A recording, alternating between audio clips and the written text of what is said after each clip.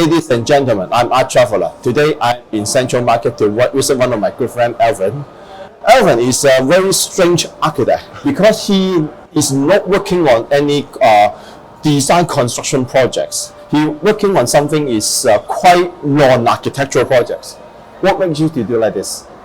Well, I do see architectural practice a lifelong and a lifespan kind of work. So a lot of times I myself is not only interested in, as you mentioned, the designing or the developing part, but a lot of times my concern is when the building first opened or when some historic buildings requires new energy and activation.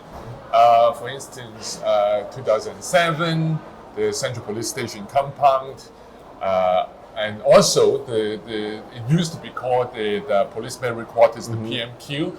I was there probably when it was empty, being the first person to open up the space and then bring in the contents, the energy, the activities, the people, and then turn it into some longer, not only development, but operational strategy. So the same here now, as we are now in Central Market, that I actually joined right before they opened the building.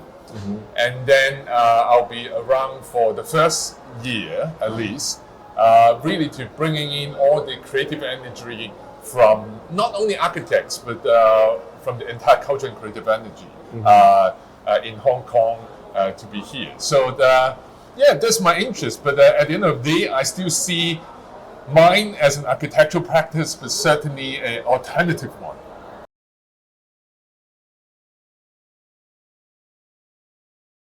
There are two layers of work I've been contributing on the ground.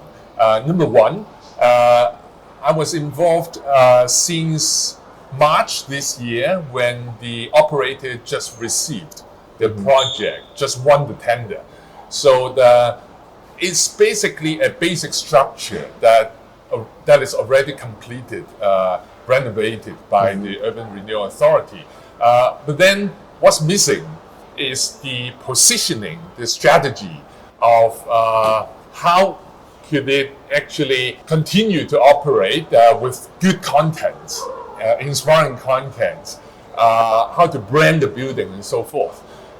So I'm actually the person or the middleman trying to integrate the hardware, the architectural and the interior design, which I modify certain parts, including the open courtyard or the event space, and then also the software, the actual happenings, what kind of people will be here, all these kind of, I would call it a strategic design that I've been involved.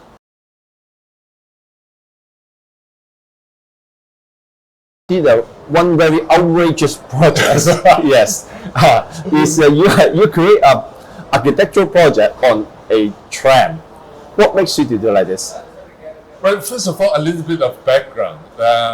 I am one of these persons who always go in and out the university, and the Tram initiative actually started 2009, 12 years ago.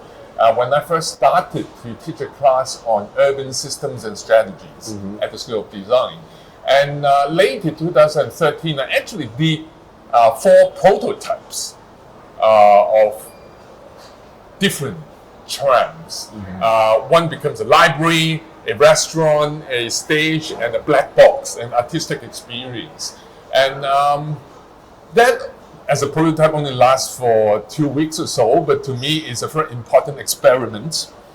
And I actually left the university for a short while, end of 2015, to start this business, the project that you mentioned, that I turned it into a startup company aiming to transform a public transport into a cultural and creative enterprise. So I actually own the tram, I designed the tram, I built the tram, and get all the government approval for the tram.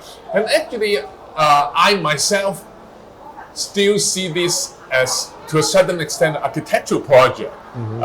Because when I create and build the tram, it went through basically the same process: the conceptualization, the testing, and designing all the electrical and mechanical systems, the interior design, the new structure, and so on. So simply is a mobile architectural project.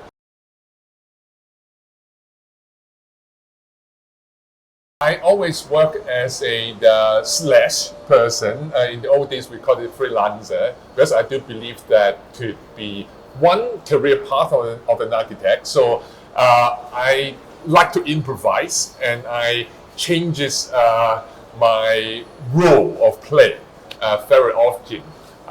So in the immediate future, I do have at least a few projects in hand now.